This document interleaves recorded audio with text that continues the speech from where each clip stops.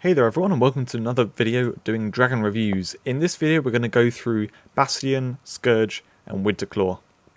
So these three dragons, I'm going to first of all look at their claws, silver and experience requirements. So Bastion, we're still looking at the earlier dragons here, for the earlier tank dragons that is. So they're pretty reasonable, normal kind of stuff, 800 claws, 14 million silver, 45 million experience. What's the next one? It's Scourge.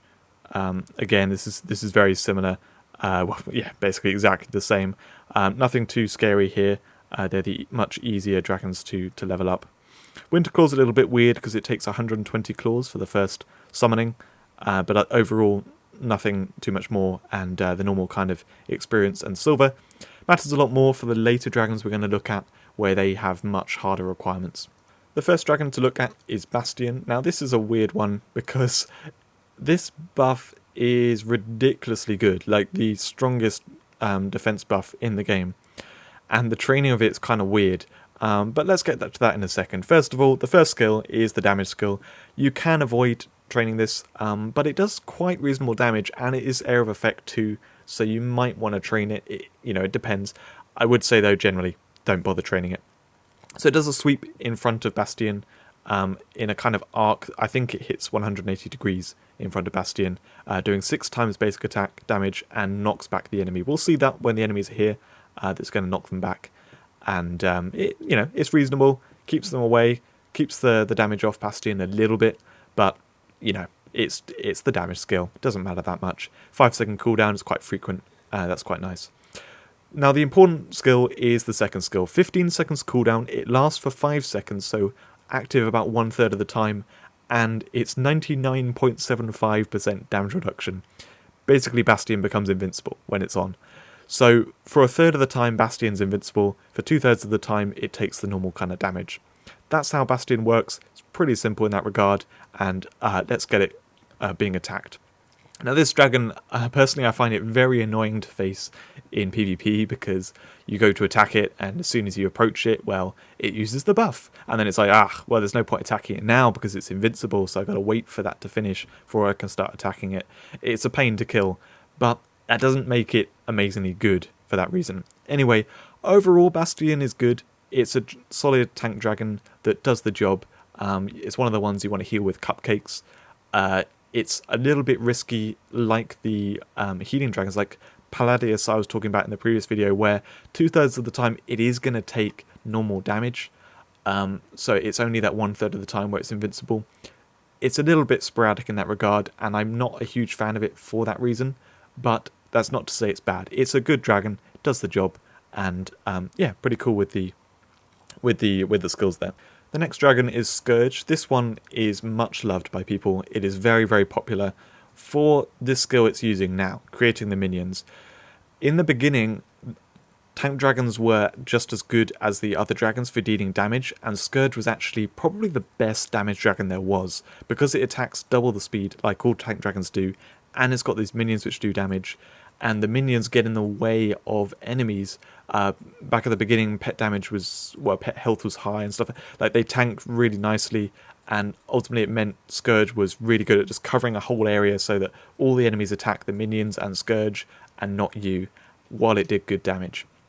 Now, with time it hasn't aged so well, and I would say Scourge is a good dragon. It's very good, but it's not as amazing as some people may still say. I'm not sure. What the skills are a little bit weird, so let's have a look at them. The first skill is the aura that it creates around itself. So 25-second cooldown, and the aura lasts for 15 seconds, so it's active for 60% of the time. It's a party damage reduction buff of 25%, and it deals a damage over time of 0.6 times basic attack damage once per second to enemies. So in total, that is, what's that, like 9 times basic attack damage? That's seriously good.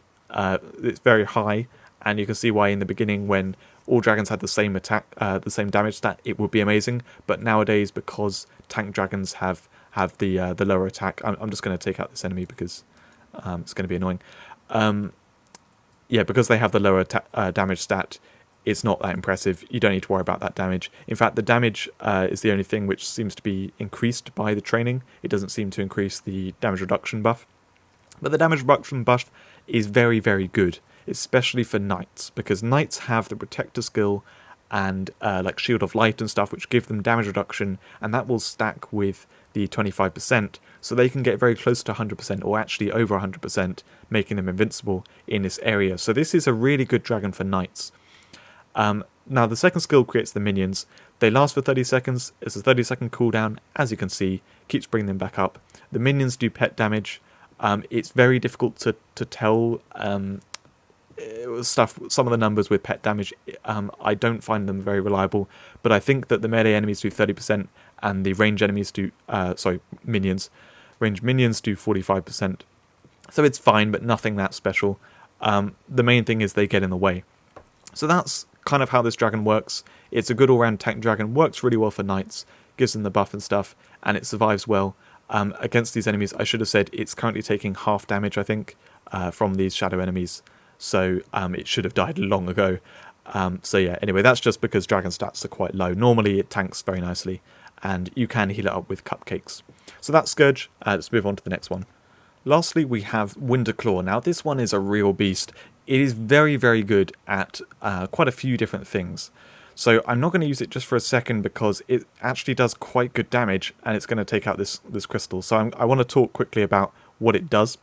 So the first skill is the damage reduction buff. It's the one you definitely need to train, and it gives it 75% damage reduction for 15 seconds. Also, it slows melee attackers, so anything that hits it is going to get slowed, kind of like the frost armor effect that you have on wizard, which is the base skill. If you didn't know, if you don't have a Scourge in frost armor, it will slow melee enemies that hit you. It loses that when you put Scourge in, but anyway, that's what it does. So Winterclaw has that kind of effect. It's active 60% of the time, and a 75% damage reduction buff. That is higher than anything we've seen so far, other than Bastions, but you know, this is active more of the time. The second skill is kind of confusing, and you need to read this one. So it has a 10-second cooldown, and it creates a cone in front of it for 3 seconds, which during that time it will deal 0.2 times basic damage, 4 times per second. So it will do up to 12 hits of that, which is, you know, 12 times 0.2. It's about 2.5 times basic damage over those 3 seconds. It also stuns anything in it.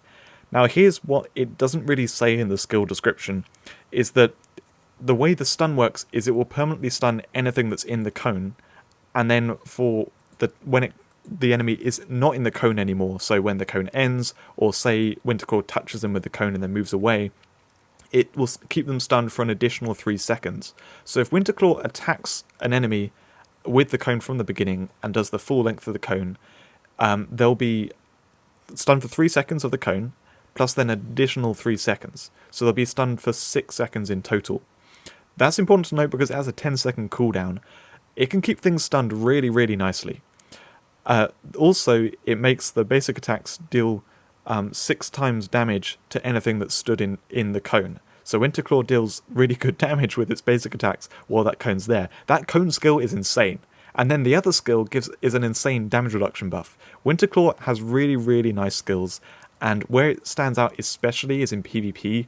I think a lot of people know this now, that it's one of the best PvP dragons, because it will stun someone for up to 6 seconds, and then there's a gap of 5 seconds where you can't be stunned, but then that just fits the gap of the 4 seconds which Winterclaw isn't using the skill, and then it uses the skill again, and it'll stun someone for 6 seconds. It just stun locks someone like crazy, and also actually do reasonably good damage to them during that time. So you can see it using the skills here. That's the damage reduction buff. The cone is pretty obvious, and you'll see that the damage numbers from the basic attacks, it takes a big chunk off the health of this crystal while that cone is active. So that explains how Winterclaw works. In terms of damage, does it reach what attacker dragons do? Not quite. I was thinking about putting it onto the leaderboard, but when I looked at it, it would be right at the bottom.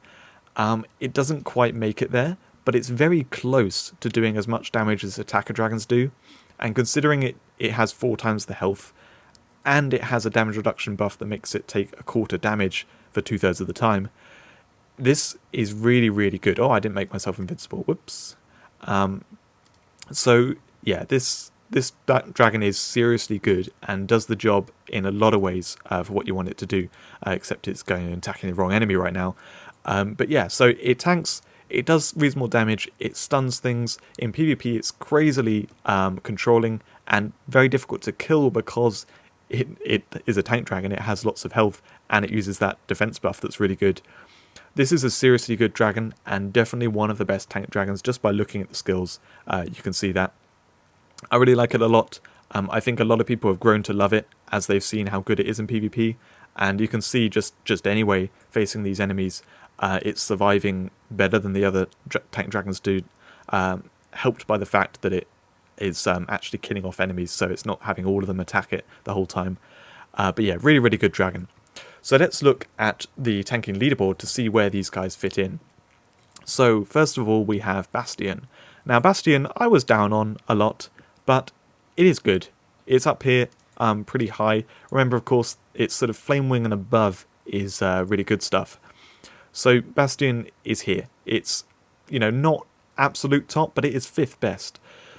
The one thing about it, though, which comes with my complaints that I was saying earlier, is it's pretty sporadic with the damage reduction. So there are big gaps where it doesn't have any damage reduction, and then suddenly it's invincible, and it can be killed off, kind of like, say, a Flame Wing or a Palladius that we get with some of those things.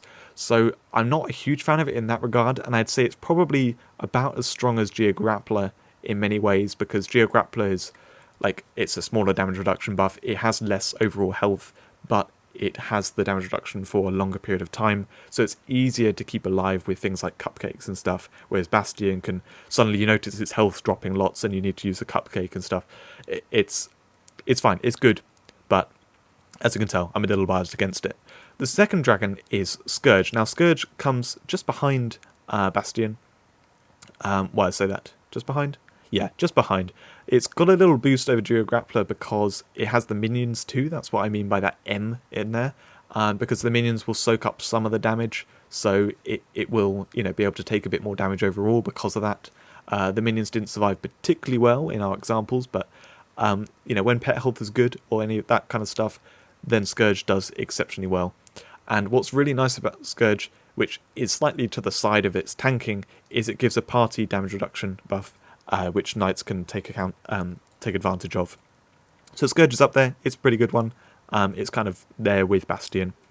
And then lastly we have Winterclaw. Winterclaw comes above Bastion, and you know, I was raving about it way more. I do think there's a massive leap from Bastion up to Winterclaw, just like I was saying, there's a big leap from Flame Wing and below. There's kind of these 4 here are kind of in their category, and then there's a leap, and there's these 4 up above.